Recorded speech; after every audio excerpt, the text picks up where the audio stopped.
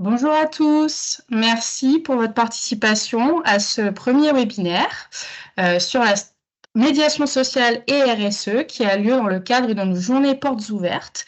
Aujourd'hui, j'ai beaucoup de chance puisque je suis entourée d'Antonia Hug, directrice RSE chez Keolis, mais aussi d'Adrienne Aurel-Pagès, directrice de l'engagement citoyen au sein de la Banque Postale, et de Thierry Neutelers, directeur du PIMS Médiation Brest. Donc aujourd'hui, l'idée, c'est vraiment de voir comment la médiation sociale peut être un levier de la stratégie RSE des entreprises. Et juste petite info technique, si vous avez des questions, je vous invite à les mettre dans le chat et on les prendra à la fin. Voilà, vous les mettez dans le chat, on s'en occupera à la fin. Mais juste pour rappel, sur le webinaire, on aura 3 temps. Un premier temps plutôt introductif qui posera les bases sur la RSE et le concept PIMS médiation. Ensuite, Antonia et Adrienne verront comment les entreprises peuvent répondre aux différents enjeux sociétaux par leur stratégie RSE. Et en troisième partie, Thierry, directeur du PIMS de Brest, évoquera comment le PIMS médiation peut être une solution sur mesure pour répondre aux enjeux des populations et des entreprises. Donc, très rapidement, sur la RSE, comme vous le savez, la responsabilité sociale des entreprises, elle est organisée autour de 3 piliers. La responsabilité économique, la responsabilité sociale et la responsabilité environnementale. L'objectif de la RSE, c'est de responsabiliser les entreprises vis-à-vis de leur impact environnemental et humain, vis-à-vis de tout ce qu'elles font sur leurs activités. C'est un concept qui est né dans les années 50, mais qui s'est vraiment imposé ces 15 dernières années, avec plusieurs étapes majeures en France, notamment depuis 15 ans. Il y a eu d'abord les lois Grenelle 1 et 2 en 2007 et 2010, qui ont modifié le droit de l'environnement et qui ont étendu les obligations de reporting extra-financier des entreprises. Il y a bien sûr la norme ISO en 2010, qui a structuré la démarche RSE en posant un premier standard international. Il y a évidemment les objectifs de développement durable de l'ONU en 2015 et enfin la loi Pacte en 2019 qui permet à toute entreprise de se doter d'une raison d'être et qui crée la qualité juridique d'entreprise à mission, comme c'est le cas pour la Banque Postale notamment, ou TBM Keolis à Bordeaux. Au niveau du concept PIMS, vous posez sûrement la question de pourquoi je vous parle RSE et PIMS médiation. Et bien en fait, c'est parce que le concept PIMS médiation, il a été vraiment précurseur des obligations RSE. C'est un concept qui est né en 95 et qui est le fruit de réflexions entre des entreprises délégataires de services publics comme Veolia, comme Keolis, la SNCF, la Poste et EDF à l'origine, avec un double objectif. Le premier, c'est l'accès aux droits des populations en recréant du lien entre les populations, les entreprises et les institutions. Et un deuxième objectif qui est la professionnalisation de nos médiateurs en les accompagnant vers l'emploi durable et qualifié. Aujourd'hui, on a 10 entreprises qui sont partenaires au niveau national sur des thématiques différentes comme l'énergie, eau, transport, mutuelle, banque et courrier. Et comme je vous le disais, c'est vraiment un concept qui a été précurseur des engagements RSE, puisqu'en 95, on ne parlait pas RSE et ça a vraiment été un engagement de ces entreprises pour répondre à des besoins sociaux, à l'époque en quartier prioritaire, mais qui il y a d'autres besoins qui ont émergé depuis et qui fait que maintenant, on a 100 PIMS en France qui travaillent avec les entreprises et qui répondent surtout aux besoins des populations.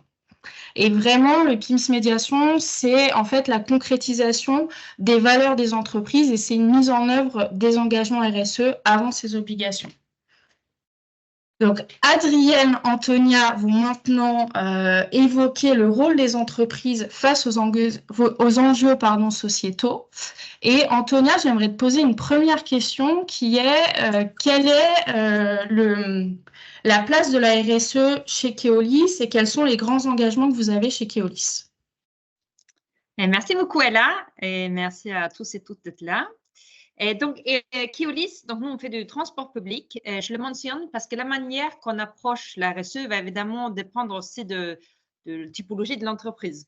Donc, on est actif dans 13 pays, on a à peu près 300 filiales. Donc, avant de parler des engagements, pour moi, ce qui est très important, c'est aussi la méthode, c'est un peu le comment on adresse la RSE. Et évidemment, chez nous, on a essayé de trouver une méthode qui correspond à notre structure de l'entreprise. Donc, on a vraiment inscrit la stratégie RSE dans le projet d'entreprise. On a un projet d'entreprise de manière assez classique, hein, mais qui propose un cadre qui n'est pas le cadre est défini, mais le contenu, il appartient à chaque entité ou chaque filiale de le définir. Et on a mis la RSE comme carrément la structure même de ce projet d'entreprise. Donc, on a organisé notre projet d'entreprise autour de 4 P, 4 partenaires. Parce que ce qui est extrêmement beau avec la RSE, c'est cette volonté de s'ouvrir, de ne pas travailler uniquement en vase clos dans l'entreprise comme on aurait pu imaginer avant. Donc, on a des engagements autour de notre personnel, donc le premier P, autour de notre planète, deuxième P, nos passagers, parce qu'effectivement, on dessert les passagers, et ensuite les partenaires. Et pour chaque P, nous avons travaillé à la fois sur des engagements avec une phrase qui veut dire quelque chose. Donc, tout simplement, typiquement pour les partenaires, ce qu'on souhaite, c'est contribuer à l'attractivité des territoires. C'est justement dans ce P-là que le PIM s'inscrit. Et ensuite, on a mis dans la mesure de possible, justement, on a mis des mesures et des chiffres sur des choses qu'on veut, des objectifs qu'on s'est donnés. Dans la RSE, il y a certains éléments pour moi qui sont plus faciles à chiffrer ou donner typiquement, on sait tous tout ce qui est relatif au climat, au carbone. On peut se donner des objectifs. On l'a fait comme beaucoup de grandes entreprises. Le point de vigilance avec les chiffres, c'est que je trouve que quand on parle d'RSE, de temps en temps, ça ne valorise pas assez l'action. Quand on aide une personne, ça compte. Sauf que ça peut paraître petit. Donc, il faut trouver le juste équilibre entre mettre des KPI, comme on dit, des indicateurs, et aussi de se donner une ambition et une action plus ouverte. Donc, voilà un peu comment on y travaille chez Keolis. Et après, ce qui est très important, on va ensuite faire le parallèle avec le PIMS, c'est aussi laisser la RSE vivre au plus proche des territoires. Donc, par exemple, nous, on a Keolis Bordeaux, qui est une de nos entités, qui est déjà entreprise à mission. Elle était chez nous précurseur. Il faut laisser aussi chaque entité d'avoir son rythme. Et ça qui est intéressant aussi avec la manière que les PIM sont structurés, je fais presque un peu le parallèle avec comment Keolis est structuré. C'est faut avoir des objectifs ou une volonté commune, mais après laisser la place à chaque entité, parce qu'on sait tous que l'innovation sociale et aussi l'action RSE, elle se construit, elle se porte au plus proche des territoires. Merci beaucoup, Antonia, pour cette première réponse. Côté la Banque Postale, Adrienne, même question. Quelle est la place de la RSE et comment un peu a évolué la stratégie RSE de la Banque Postale ces dernières années? Oui, merci Ella et bonjour à toutes et à tous. Un peu comme Antonia, effectivement déjà la stratégie de la Banque Postale, elle s'inscrit dans l'univers concurrentiel de la banque. Et donc la Banque Postale, en quelques chiffres, c'est un groupe de banques assurances. On est le 11e groupe de banques assurances en Europe, avec à peu près 700 milliards de bilan. On a aujourd'hui 20 millions de clients en tout en France, mais aussi à l'international via CNP Assurance qui est présente en Italie et au Brésil. Et donc, la Banque Postale, c'est au niveau français la 6e banque de France, avec un positionnement un peu différent, en particulier parce que la Banque Postale est filiale à 100% du groupe La Poste, elle-même entreprise publique et filiale de la Caisse des dépôts. Et on est devenu entreprise à mission en 2022, il y a 2 ans. Et aujourd'hui, globalement, nos objectifs de l'entreprise à mission et notre stratégie RSE, elle s'articule finalement autour de nos différentes parties prenantes, avec d'abord un premier objectif interne autour vraiment de la transformation de nos processus, de notre gouvernance pour intégrer l'impact. En fait, une banque qui est une entreprise à mission, une banque traditionnellement, ça prend ses décisions d'investissement, des décisions de financement en fonction de la rentabilité et du risque. Et une banque entreprise à mission, c'est une banque qui passe de ce monde en 2 dimensions à un monde en 3 dimensions. Rendement, risque, impact. Et donc, c'est ça notre premier objectif en tant que banque entreprise à mission déjà, c'est d'intégrer l'impact dans tous nos modes de fonctionnement, évidemment dans notre gouvernance. Donc, bien sûr, ça veut dire intégrer la RSE dans notre stratégie, dans tous les grands, au niveau du conseil de surveillance, au niveau du comité exécutif, mais aussi dans tous les objectifs de nos salariés, mais aussi intégrer la prise en compte des enjeux environnementaux, sociaux et de gouvernance dans nos processus, y compris dans nos processus au moment quand on va faire ce qu'on appelle l'octroi de crédit, c'est-à-dire quand on va prendre la décision d'investissement. Et donc, il faut intégrer ces dimensions, ces données ESG dans l'ensemble de nos processus. On a un deuxième grand objectif qui est cette fois autour de nos clients, tourné envers nos clients, qui est de leur permettre en fait de les accompagner dans leur transition et donc de leur offrir tous les produits de bancaires et d'assurance qui répondent aux enjeux environnementaux et sociaux. Donc par exemple, récemment, on a sorti un crédit immobilier à impact qui permet à nos clients de financer un logement immobilier avec une bonification tarifaire en fonction de l'impact environnemental et social du logement. Donc voilà, c'est vraiment transformer notre offre de produits pour répondre aux enjeux de la transition. Et puis, on a un troisième objectif, cette fois plus large au sein de notre écosystème, c'est vraiment d'être exemplaire et pionnier dans notre stratégie, en particulier en matière d'ambition de décarbonation, mais aussi vis-à-vis de notre politique sociale, et en fait d'être finalement aussi un laboratoire d'innovation. Comme on est aujourd'hui une petite banque en France et enfin, on a beaucoup de clients, mais on est encore une jeune banque et avec aussi ce statut d'entreprise publique, on peut se permettre de prendre des positions très pionnières en matière environnementale, en matière sociale, pour embarquer finalement l'ensemble de l'industrie. Donc voilà, trois objectifs. Un objectif interne de transformation, un objectif de proposer des offres de produits et de services à nos clients qui répondent à leurs enjeux environnementaux et sociaux, et puis un objectif d'entraînement de notre écosystème. Merci beaucoup, Adrienne. J'en viens maintenant un peu plus au partenariat PIMS Médiation. Antonia, en tant que représentante d'une entreprise cofondatrice du premier PIMS en 95, pourquoi ce partenariat avec les PIMS Médiation et sur quel volet le partenariat permet-il d'agir? Ouais, et là, je vais faire un peu mon rebelle parce que ce que disait Adrienne est comme hyper intéressant. Tu peux rebondir, évidemment. Voilà. Et en fait, ce que je trouve aussi vraiment passionnant, c'est qu'on voit, indépendamment de secteur, à partir du moment où on a un ADN service public ou sociétal fort, en fait, on active le même levier. Parce qu'effectivement, ce qu'Adrienne vient de mentionner, c'est-à-dire commencer à mettre dans la gouvernance, donc ce n'est pas un mot drôle, gouvernance, mais mettre dans le process des critères RSE, on est sur la même lancée.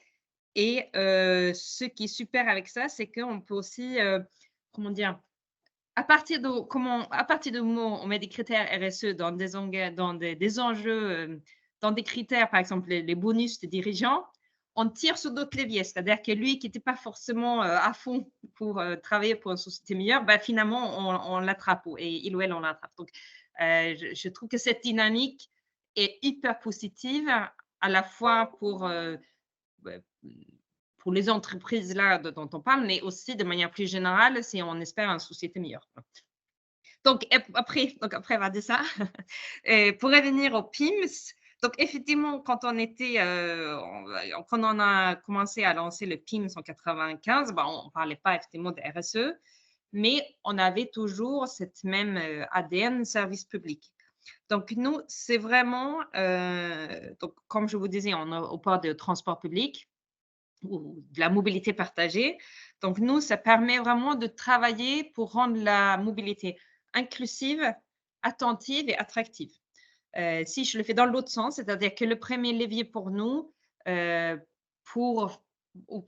premier levier pour minimiser l'impact du transport dans les villes, c'est quand même de pousser le report modal, c'est-à-dire qu'on a moins de voitures individuelles et plus de transports partagés. C'est tout basique, hein.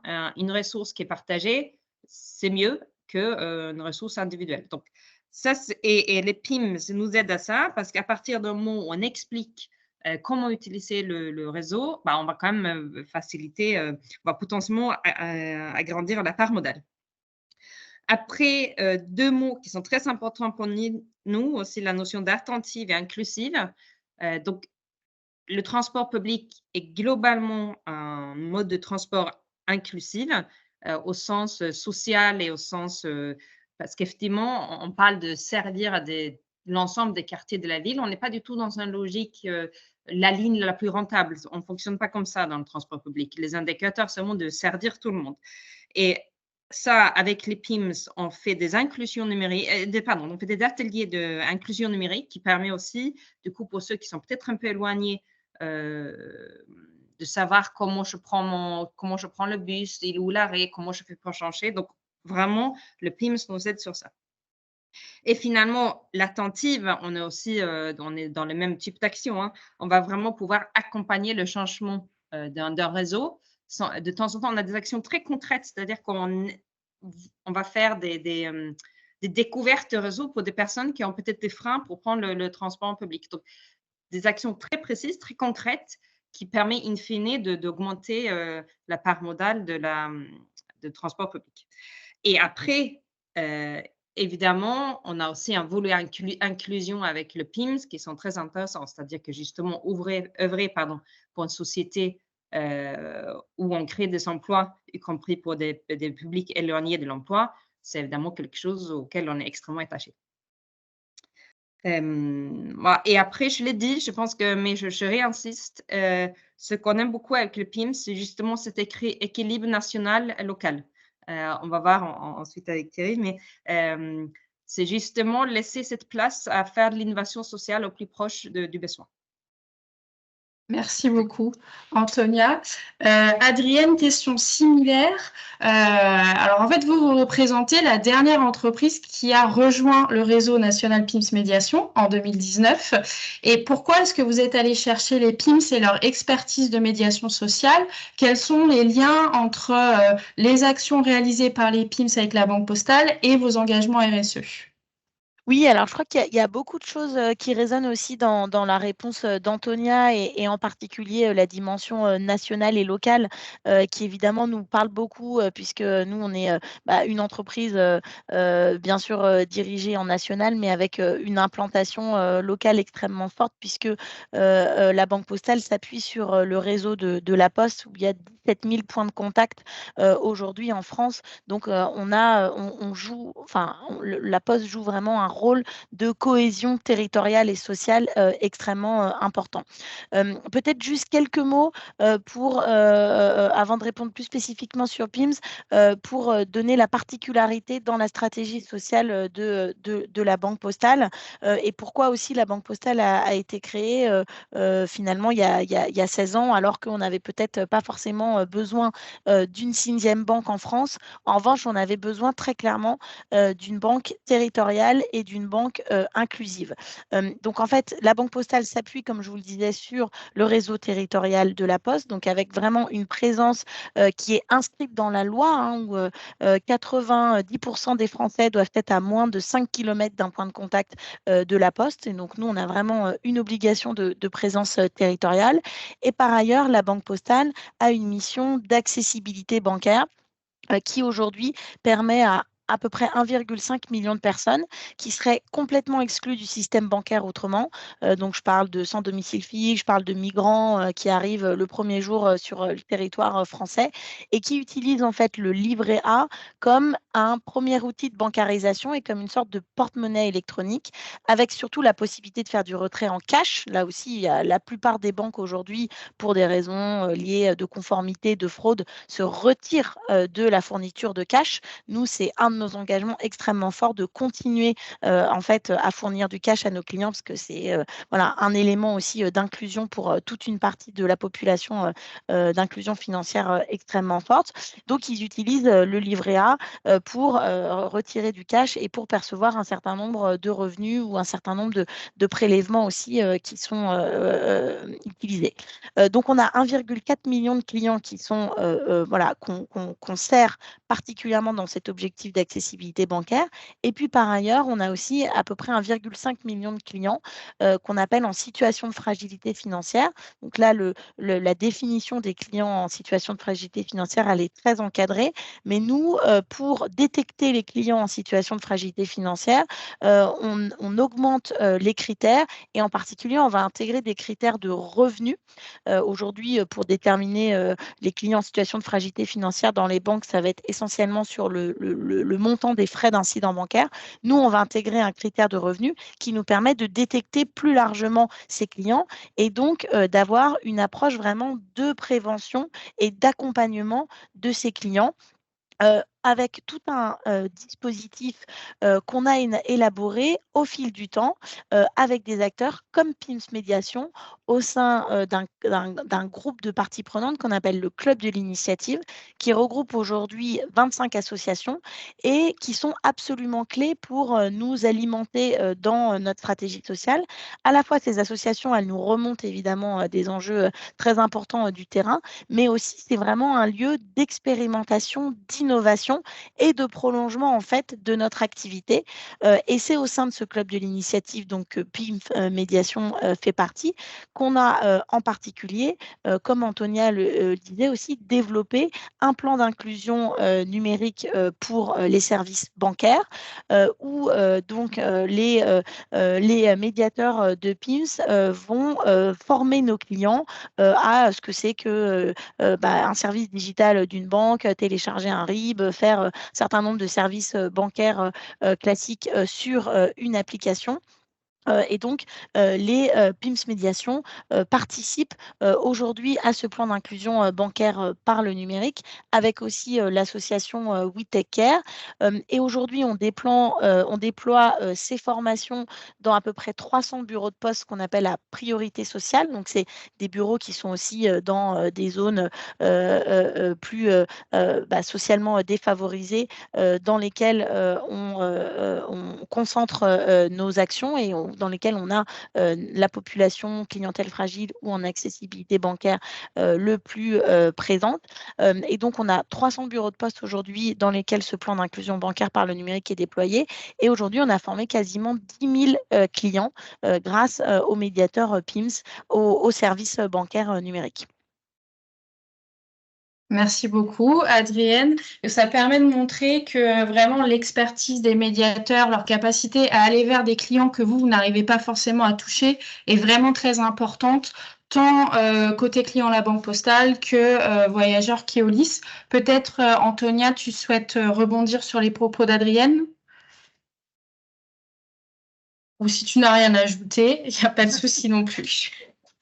Non, j'ai trouvé un chiffre qui impressionne aussi. Nous, on avait donc justement ce qui est intéressant avec les PIMS aussi, c'est encore un mot qui est peut-être pas le plus drôle, mais le reporting, c'est-à-dire de savoir, ça sonne jamais drôle, mais en fait de savoir ce qu'on fait, d'avoir des chiffres sur l'action, c'est important. Donc avec les PIMS, l'an dernier, on était autour de 850 000 d'actions de médiation sortantes. C'est un nombre important et ça montre aussi le besoin qu'il y a, c'est-à-dire que c'est des questions qui sinon sont restées sans réponse ou des petites incertitudes qui ont été créées. Donc, c'est l'accumulation de ces petites actions qui font quelque chose de très intéressant et très utile, extrêmement utile. Donc ça, je tiens aussi à à le souligner. Et peut-être le dernier point aussi, c'est je trouve que c'est impressionnant à quel point la baseline, comme on dit, de PIMS, vous reliez aux services essentiels, reste vrai. Bien que les PIMS ont un certain âge maintenant, on voit que c'est vraiment quelque chose d'actualité. Et peut-être ce qui change, c'est peut-être, bon, ça vaut pour tout le monde, je pense, mais on est maintenant comme un peu plus maintenant noyé dans une espèce de flux d'informations.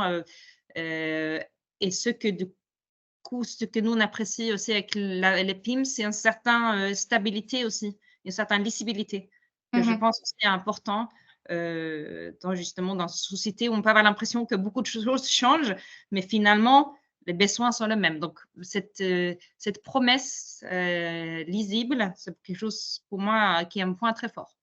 Et c'est pour ça que Keolis, vous allez continuer à vous appuyer sur les PIMS pour répondre à vos besoins et aux besoins de vos clientèles.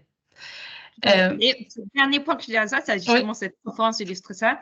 C'est aussi très intéressant comme montage, c'est-à-dire qu'on soit plusieurs entreprises partenaires, parce qu'après, nous, ça nous donne aussi l'occasion d'échanger entre partenaires et nous nourrir et finalement faire mieux. Merci beaucoup, Antonia. Est-ce qu'Adrienne, vous voulez rajouter quelques éléments avant que je passe à la partie de Thierry? Oui, non, mais je crois que pour rebondir effectivement sur ce qu'Antonia dit, c'est cette dimension vraiment aussi de stabilité et en même temps d'agilité finalement dans la façon dont on répond aux besoins du client.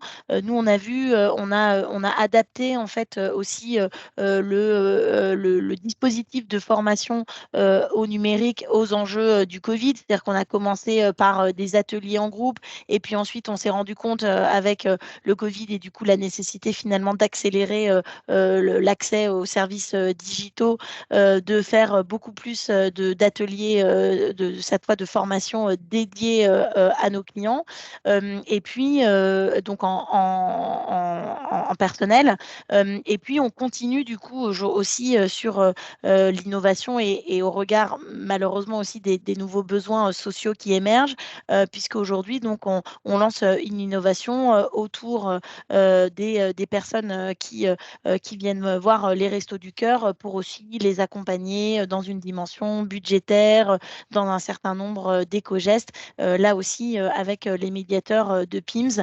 Donc voilà, on s'adapte. Alors malheureusement, il y a toujours des nouveaux besoins sociaux qui émergent, mais on s'adapte aussi aux nouveaux besoins des clients pour les accompagner au mieux et les inclure au mieux dans la société. Merci beaucoup, Adrienne. C'était une très belle transition pour justement évoquer comment le PIMS peut s'adapter et être une solution sur mesure pour répondre aux enjeux de la population et aux enjeux des entreprises. Donc, Thierry va maintenant évoquer ce sujet. Et Thierry, première question, est-ce que tu peux nous en dire plus sur l'ADN PIMS Médiation, parce que j'ai été très brève en introduction et que j'aimerais bien avoir plutôt le regard local sur cet ADN, s'il te plaît. Merci de me passer la parole. Effectivement, l'ADN PIMS Médiation, finalement c'est le portage premièrement de valeurs, étant donné qu'on est sur un engagement associatif, des valeurs qu'on porte au quotidien, basées finalement sur la médiation sociale, sur cette nécessité finalement de créer du lien, de le réparer, de le développer, faire en sorte que finalement nos usagers se rapprochent finalement des services les plus essentiels, de pouvoir aussi permettre aux usagers d'accéder aux droits, de lutter au maximum contre le renoncement et potentiellement à une certaine précarité et une exclusion.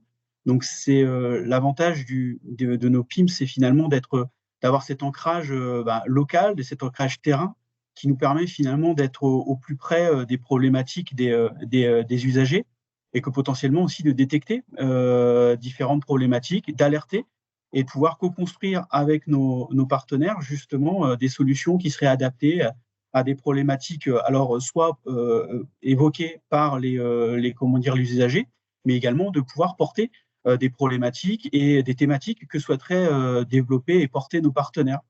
Donc on a cet avantage-là, c'est nous de pouvoir justement de pouvoir évoquer, créer des solutions clés en main qui peuvent finalement convenir à la fois aux usagers et aux partenaires.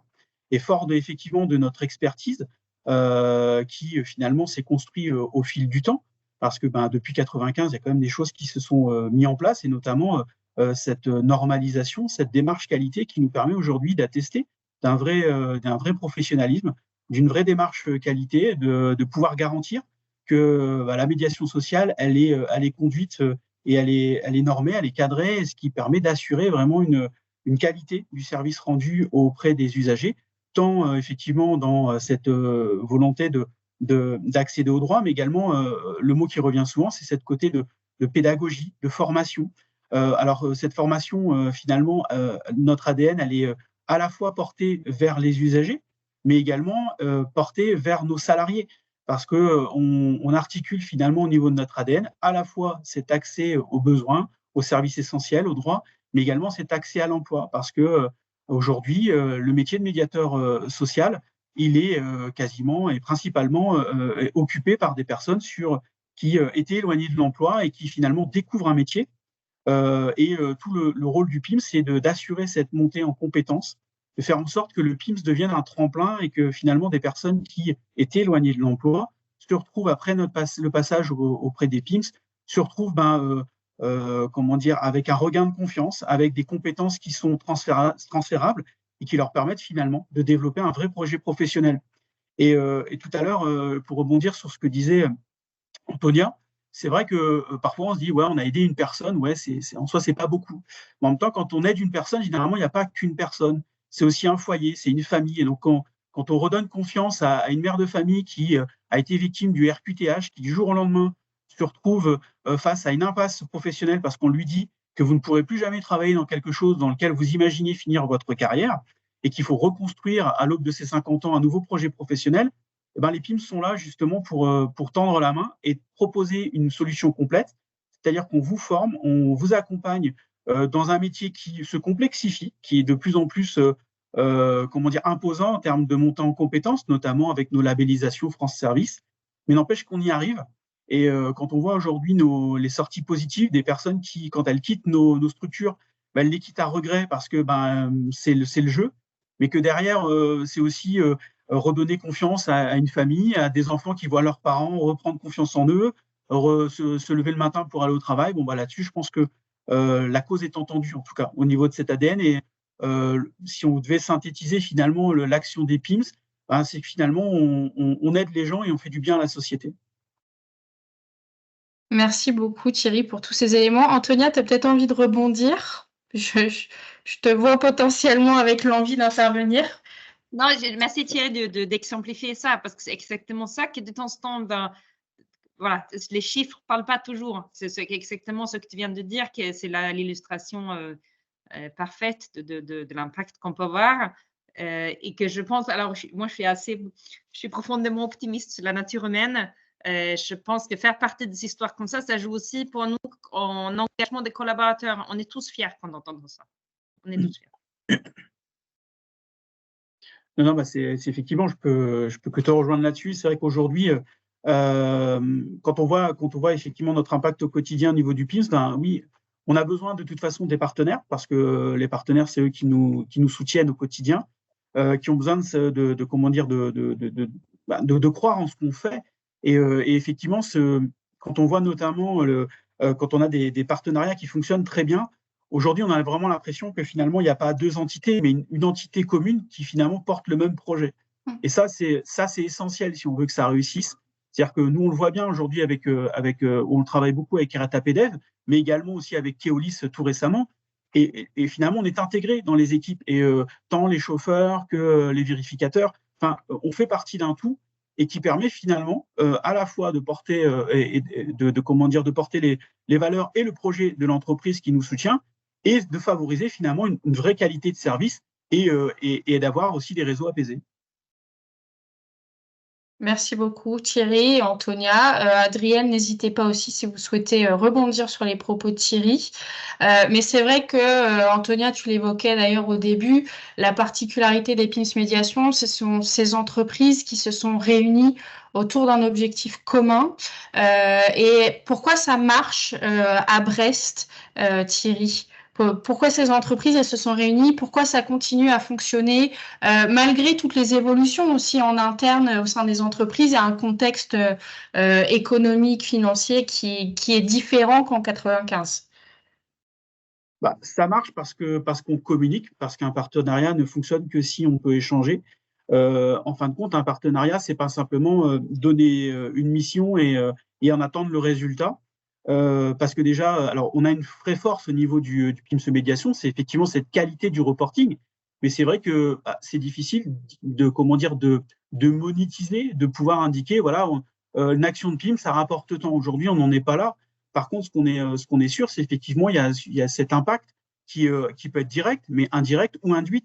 Et donc finalement, c'est essentiel finalement d'échanger, de communiquer. Si je dois cibler, par exemple, je parlais de notre relation avec notre transporteur, oui, c'est qu'effectivement, il y a cette connexion, et cette connexion, elle se fait à la fois par les missions qu'on nous alloue, mais aussi par le fait qu'il y a des passerelles. Aujourd'hui, quand on parle d'accès à l'emploi, de voir que les équipes de nos partenaires s'étoffent d'anciens salariés du PIMS, je pense que c'est un échange gagnant-gagnant. C'est qu'on est sur des personnes qui ont porté des missions, qui finalement ont compris les valeurs qui étaient portées par une entreprise. Alors on parle de projet d'entreprise. Je pense que c'est d'autant plus facile de porter un projet d'entreprise quand dans ses effectifs, on porte des personnes qui ont finalement véhiculé, qui ont travaillé dans des structures qui ont été soutenues par le partenaire et qui aujourd'hui finalement font partie de la société. Et que du coup, c'est un vrai intérêt de co-construire ça. Alors aujourd'hui, je le vois avec nos partenaires donc sur RATP-Dev, mais également sur la SNCF. On a vraiment des passerelles qui se font au niveau de l'emploi. Et donc, du coup, c'est d'autant plus facile de communiquer. Alors, avec la métropole, c'est aussi une évidence sur Brest, le fait d'être soutenu aussi par les politiques locales et qu'accessoirement, les partenaires font aussi partie de cet ancrage territorial. Donc, en fin de compte, on ne peut rien faire tout seul. Et je pense qu'on n'est jamais aussi fort que quand on est autour d'une table et que chacun, avec ses possibilités, sa capacité soit financière, ses capacités d'idées et de créativité, d'adaptabilité pour les PIMS, parce que c'est vrai que nous, on a cette faculté de pouvoir finalement mettre des choses en place assez rapidement. On a une grosse capacité de réactivité, on a une capacité aussi d'animation. Et ça, c'est aussi la force du réseau, de pouvoir proposer finalement des agents de médiation qui sont en capacité de pouvoir se projeter sur des missions et finalement d'intégrer, de se projeter sur des nouvelles choses parce qu'on a cette capacité à créer et à construire. Ouais, effectivement, le PIMS, il est vraiment en capacité de combler les vides, de co-construire avec les entreprises ces solutions sur mesure pour aller vers les populations. Est-ce que tu as un exemple récent en tête, ou même moins récent, d'action que vous avez co-construite en réaction peut-être à un événement local ou à un contexte local?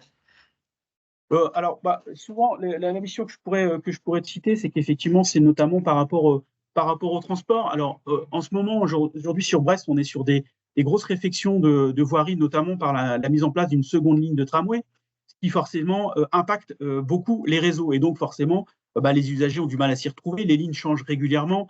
Donc, l'idée, finalement, cette adaptation, elle se fait vraiment au quotidien. C'est-à-dire qu'on est en échange direct et régulier avec les responsables de l'organisation du réseau. Mais pas plus tard que la semaine dernière, on a un coup de téléphone le matin pour réorganiser les équipes. On a su répondre à cette demande-là pour finalement satisfaire. On a une problématique. On a là, par exemple, en creusant à Brest, on trouve régulièrement des bombes. Quand on trouve une bombe, forcément, on est obligé de s'adapter et de modifier les choses. Donc voilà, c'est une vraie connexion et ça se fait très naturellement. Et du coup, c'est d'autant plus facile de le faire quand les choses finalement sont établies et que l'organisation, elle est fluide.